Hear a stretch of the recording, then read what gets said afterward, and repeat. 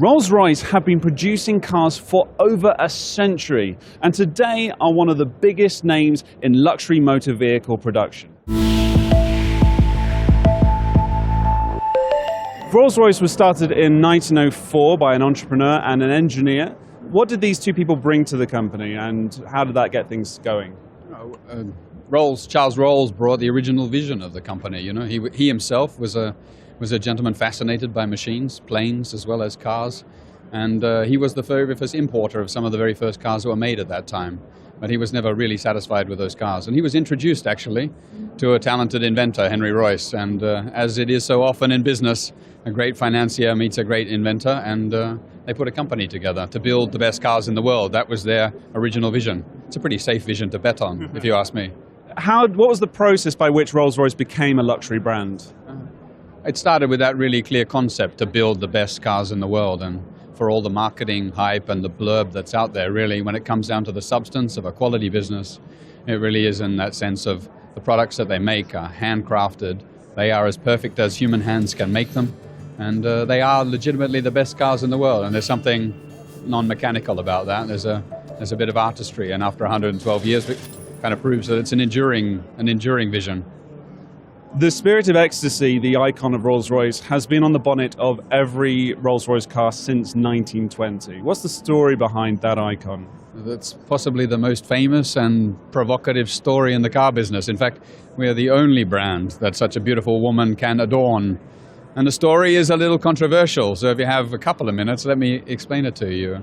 The thing I love about that story, there are a couple of things I love about it, but actually it was the first time a customer really got involved in making the brand his own, because Lord Montagu at that time you have to understand, you know, social values were a little different. Marriages tended to be arranged, and but he was in love. He was genuinely in love. He was in love with a woman called Eleanor Thornton. She was not his wife, but we believe there was a true romance behind that, and for many, we call her a little bit his muse, you know. He was searching for that kind of spirit, and he had a famous artist really make a sculpture of her.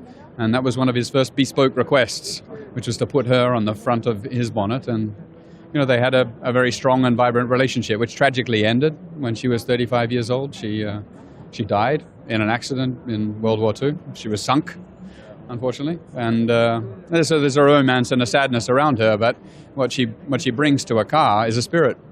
And that's amazing, because it's more than metal and wood and leather. There's a real spirit in the cars, and people find connection with that, and it's a really romantic and beautiful story.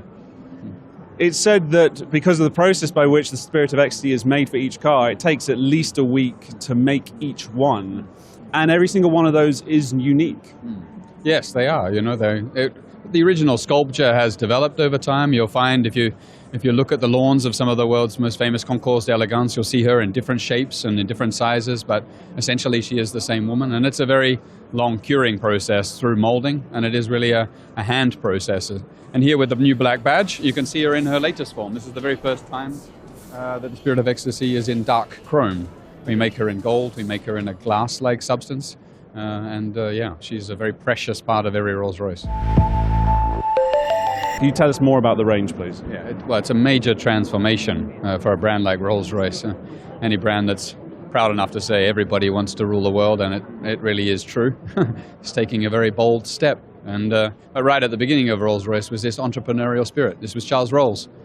He bought the Wright Flyer, which was the second aircraft that the Wright brothers built. Unfortunately, he crashed it and he died when he was 32. So it was too soon, but he was a fast-charging guy, and he brings that unique spirit, which is why it's very appropriate that the spirit on this car is dark. It's more ambitious. It's more expressive. But of course, we're an engineering company too, so underneath this incredible skin are the mechanics to match, and they simply have to be driven. It has been. We're in now our 7th generation of Phantom. It's the world's longest existing product brand. It was 90 years old last year. And we're now in the Phantom 7. It's always been the vehicle that was first crowned best car in the world, and it continues to be crowned best car in the world. And that's why the name Phantom means so much more to us than perhaps even all the other names of cars that we make. So tell us about the bespoke service that you do. Bespoke is really at the core of what we do. In essence, every Rolls-Royce we make is not only handmade, but more or less tailored to the requirements of our customers. So about 85% of every Ghost and Wraith we make has some kind of bespoke content, and it's over 90% for Phantom. And it's critical. Back to the Spirit, you know. She was put on a Rolls-Royce by a customer. And we like to have that relationship with our customers. There's nothing we cannot do. We do 44,000 colors, and that's just the start. And really commissioning your own vehicle, which may become a permanent fixture and may grace the lawns of Concours Elegance at Pebble Beach or in Villa d'Este for the next 100 years. Something really special. It's career crowning. It's event recognizing. You know, some people, when they made their first business, and today it takes care of their family and much, much more. And they're amazingly proud of that, and they want almost a symbol and a permanent thing to hold on to that reminds them of that every day when they get in the car, even if it's just the clock face on the dashboard that reminds them that they built their business with their own hands. And that special connection is something that we only at Rolls-Royce can do. The other manufacturers tend to be too industrial to take care of that. So what's the future for Rolls-Royce? Yeah, hopefully it's a good one. No, it's definitely, any brand here has a sustainable vision for 112 years. Certainly has a very clear concept and a very clear plan. We're massively growing our business, we're growing our investments into people and into technology, and there will be more to come from Rolls-Royce for a long time yet.